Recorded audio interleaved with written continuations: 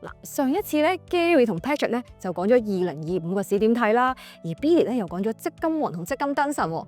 Billy 啊，你可唔可以講多啲俾我聽啊？BCT 2025年上半年嘅積金王咧嘅表現有正58.9%。嗱，至於積金燈神咧就蝕咗19.2%，哇！咁樣差距咧都差唔多70零80%，都差好遠。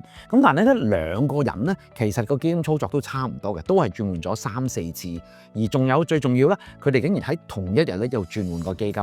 阿師，你估唔估到係邊日咧？我估到啊，4月7號嘅市跌咗好多嗰日啊嘛。冇錯啦。咁我不如都問下 Patrick 啦，你對於積金王同埋積金燈神嘅操作你點睇咧？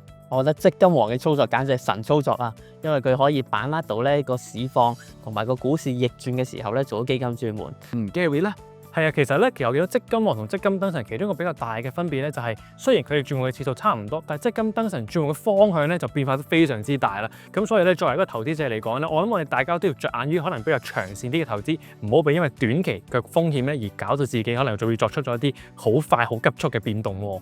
其實咧，積金王咧我就冇諗住做嘅，我就係唔想做積金燈神嘅啫。咁所以咧，我都想抄下 AI Mario 嘅投資組合喎。嗱 ，Billy 我咧就係進取型，一睇就知啦。咁 AI Mario 嘅 account 我買咩好啊？嗱，根據 AI Mario 咧喺第3季啦，咁佢咧對於進取型嘅成員咧，佢就會建議買多啲環球股票嘅基金類別啦、世界股票基金類別啦。咁但係仲有少少咧就係歐洲股票嘅基金類別同埋亞洲股票嘅基金類別嘅。Patrick，你對於呢個組合有冇啲睇法咧？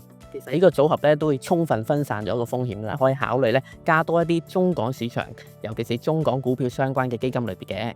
Gary 咧？其實我都同意 Patrick 啱啱嘅講法啦。咁但係咧，發覺 AI Mario 咧對於歐洲股票方面咧，亦都有啲睇法。咁其實我哋認為咧，對歐洲市場嚟講都保持一個比較正面啲嘅睇法，因為可能歐洲央行今年咧都持一個比較寬鬆嘅立場啦。再加上咧，其實歐洲唔同嘅國家嘅一啲財政嘅政策上邊咧，都似乎有個加大力度嘅使費，就例如可能國防方面嘅開支，咁都有助到歐洲股票嘅一啲發展嘅喎。除咗 AI Mario 之外咧，我哋咧都會有 BCT 嘅高手成員啦。咁我哋將做得最好嗰50個成員喺2023年，我哋稱之為2023畢業生啦；2024我哋稱之為2024畢業生。嗱，咁我哋之前都將佢嘅參考投資組合咧，就俾咗阿 Gary 啦同埋 Patrick 睇嘅。Patrick， 你點樣睇呢兩班畢業生嘅參考投資組合咧？好明顯咧，呢兩班嘅畢業生佢嘅投資方向都好唔同㗎。我見到咧23嗰班嘅投資者咧比較鍾情於咧美國嘅市場，而24嗰班嘅投資者咧比較鍾情於中港嘅市場。但係反而咧，我見到24嗰班嘅畢業生嘅投資組合咧，似乎佢哋咧會喺防守性同埋喺成長性方面咧，都會有一個平衡喺度喎。咁所以我覺得喺嚟緊市況比較波動嘅情況之下咧，或者佢哋嘅投資組合嘅配置上邊咧，會有一定嘅幫助喎。咦，咁啊，聽咗咁多，不如俾一個 tips 我啊！嗱，阿師，我又俾翻個 tips 你啦。咁啊，最緊要咧喺個投資組合咧，充分分散投資，減低呢個地區嘅投資風險。咁同埋咧喺你個投資組合入邊咧，都可以考慮加少少低風險嘅資產，咁啊令到你嘅成個組合波動性都會低啲㗎。